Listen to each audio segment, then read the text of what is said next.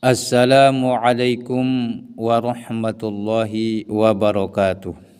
Sahabat nasihat hikmah yang dirahmati Allah.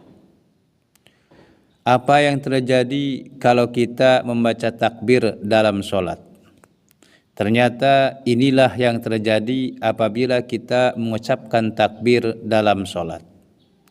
Nabi kita Nabi Muhammad SAW beliau mengatakan, A'udzu billahi minasyaitonir rajim. Bismillahirrahmanirrahim. Idza kabbaral 'abdu lis-sholati,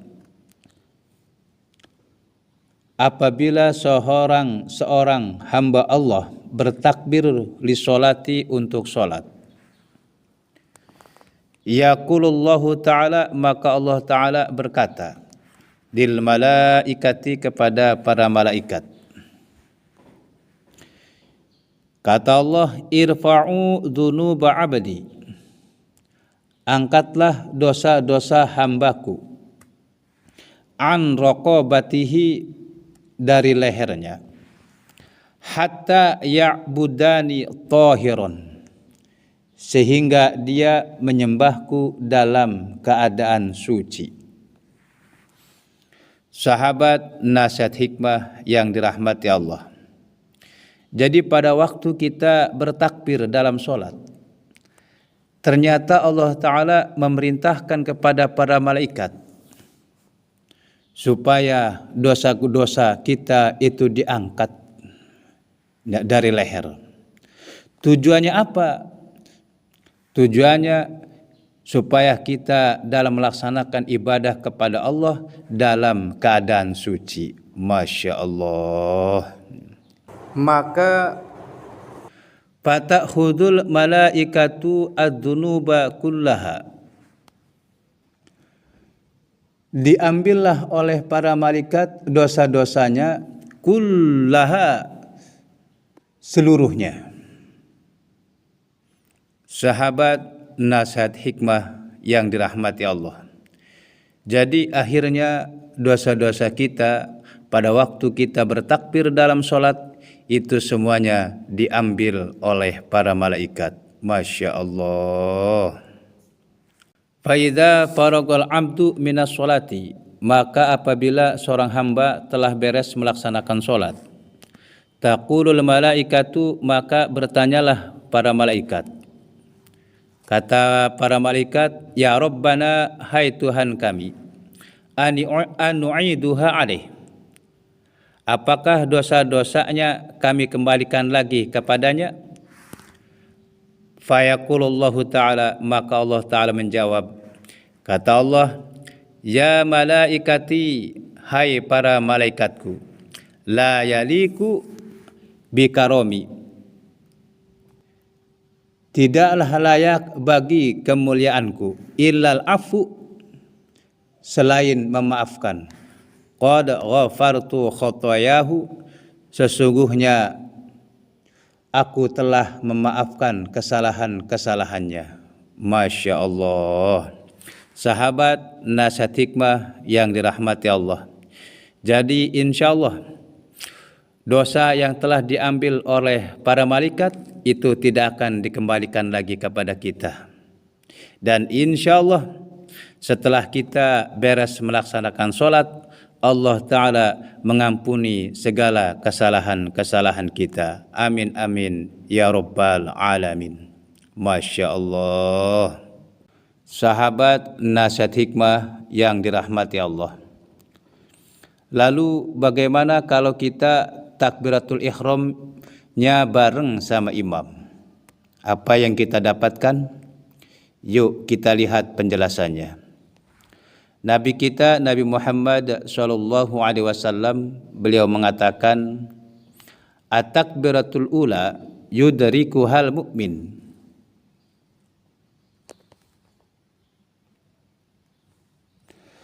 Takbir pertama yang dicapai oleh seorang mukmin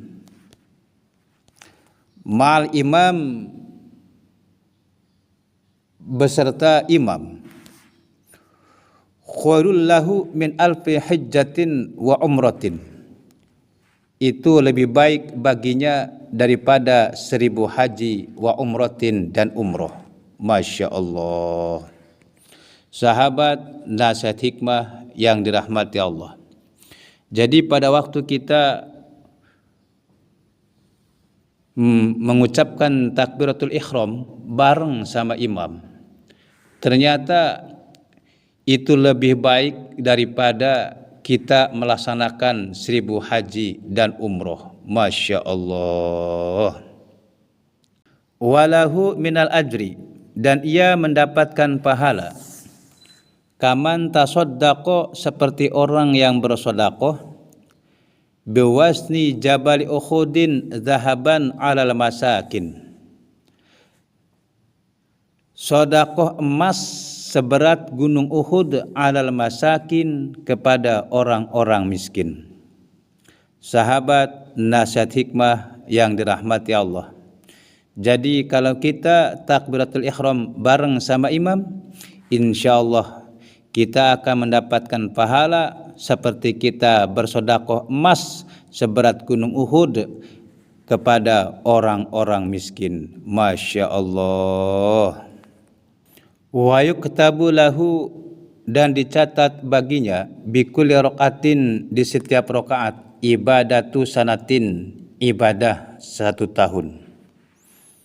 Sahabat nasihat hikmah yang dirahmati Allah. Jadi kalau kita melaksanakan sholat terus takbiratul ihramnya bareng sama imam, ternyata kita juga dicatat setiap 1 rakaatnya itu ibadah 1 tahun. Masya Allah. Kalau sholatnya sholat subuh ada 2 rakaat, berarti kita dalam melaksanakan sholat subuh 2 rakaat itu seperti kita ibadah 2 tahun. Kalau sholatnya sholat zuhur, di dalam sholat zuhur ada 4 rakaat, jadi dalam melaksanakan sholat zuhur itu kita seperti melaksanakan ibadah 4 tahun. Kalau sholatnya sholat maghrib, di dalam sholat maghrib ada 3 rakaat, berarti dalam melaksanakan sholat maghrib kita seperti melaksanakan ibadah 3 tahun. Masya Allah, sangat luar biasa. Wa kataballahu lahu, dan Allah mencatat lahu baginya bara'atain, 2 kebebasan.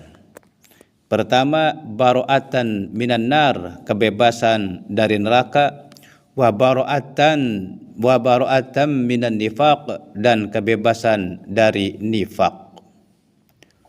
Apa itu nifaq? Kemunafikan.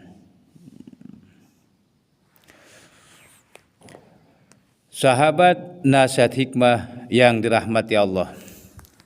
Dan juga kalau kita melaksanakan sholat terus takbiratul ihramnya bareng sama imam, Allah Ta'ala pun mencatat bagi kita 2 kebebasan. Yang pertama, bara'atan minan nar. InsyaAllah Allah Ta'ala akan mencatat untuk kita, yaitu dinyatakan bebas dari neraka. Amin amin ya rabbal alamin. Yang kedua, wa bara'atan minan nifaq, dan Allah Ta'ala mencatat bagi kita itu kebebasan dari kemunafikan. Masya Allah, luar biasa. Wala yakhruju minad dunya, dan ia tidak keluar dari dunia, hatta yara makanahu, sehingga ia melihat tempatnya, fil jannati, di dalam surga. Masya Allah. Sahabat nasihat hikmah yang dirahmati Allah. Jadi kalau kita melaksanakan sholat terus takbiratul ihramnya bareng sama imam, insyaallah kita tidak akan keluar dari dunia ini, sehingga kita akan diperlihatkan tempat kita di mana, di surga. Masya Allah. Amin amin ya rabbal alamin. Wa yadkhulul jannah bila hisabin, dan ia masuk surga bila hisabin, tanpa hisab. Sahabat nasihat hikmah yang dirahmati Allah. Jadi insyaallah bagi orang yang melaksanakan sholat dan takbiratul ihramnya bareng sama imam, insyaallah nanti ia akan masuk surga tanpa hisab. Amin amin ya rabbal alamin. Sahabat nasihat hikmah semuanya, yang dimaksud bareng di sini bukan berarti kita takbiratul ihramnya ngebarengin imam. Tapi yang dimaksud di sini adalah kita bukan masbuk. Jadi sekali lagi, yang dimaksud bareng di sini bukan berarti kita pada waktu takbiratul ihram ngebarengin sama imam. Tapi yang dimaksud bareng di sini adalah kita bukan masbuk. Sahabat nasihat hikmah yang dirahmati Allah, ternyata kalau kita melaksanakan sholat takbiratul ihramnya bareng sama imam, kita mendapatkan keuntungan yang sangat luar biasa. Keuntungan yang pertama adalah itu lebih baik daripada 1000 haji dan umroh. Keuntungan yang kedua, kita mendapatkan pahala seperti kita bersodakoh emas seberat gunung Uhud kepada orang-orang miskin. Keuntungan yang ketiga, Allah mencatat untuk kita di setiap rakaat seperti ibadah 1 tahun. Keuntungan yang keempat, Allah Ta'ala mencatat untuk kita 2 kebebasan. Kebebasan pertama adalah kebebasan dari neraka, kebebasan yang kedua kebebasan dari kemunafikan. Keuntungan yang kelima, kita insya Allah tidak akan keluar dari dunia ini sehingga kita diperlihatkan tempat kita di surga. Dan keuntungan yang keenam, insya Allah kita akan masuk surga tanpa hisab. Masya Allah. Sahabat nasihat hikmah yang dirahmati Allah, mungkin itu saja yang bisa saya sampaikan. Apabila ada kesalahan dan kekurangan dari apa yang saya sampaikan, saya mohon maaf dan mohon maklum. Akhirul kalam, wassalamualaikum warahmatullahi wabarakatuh.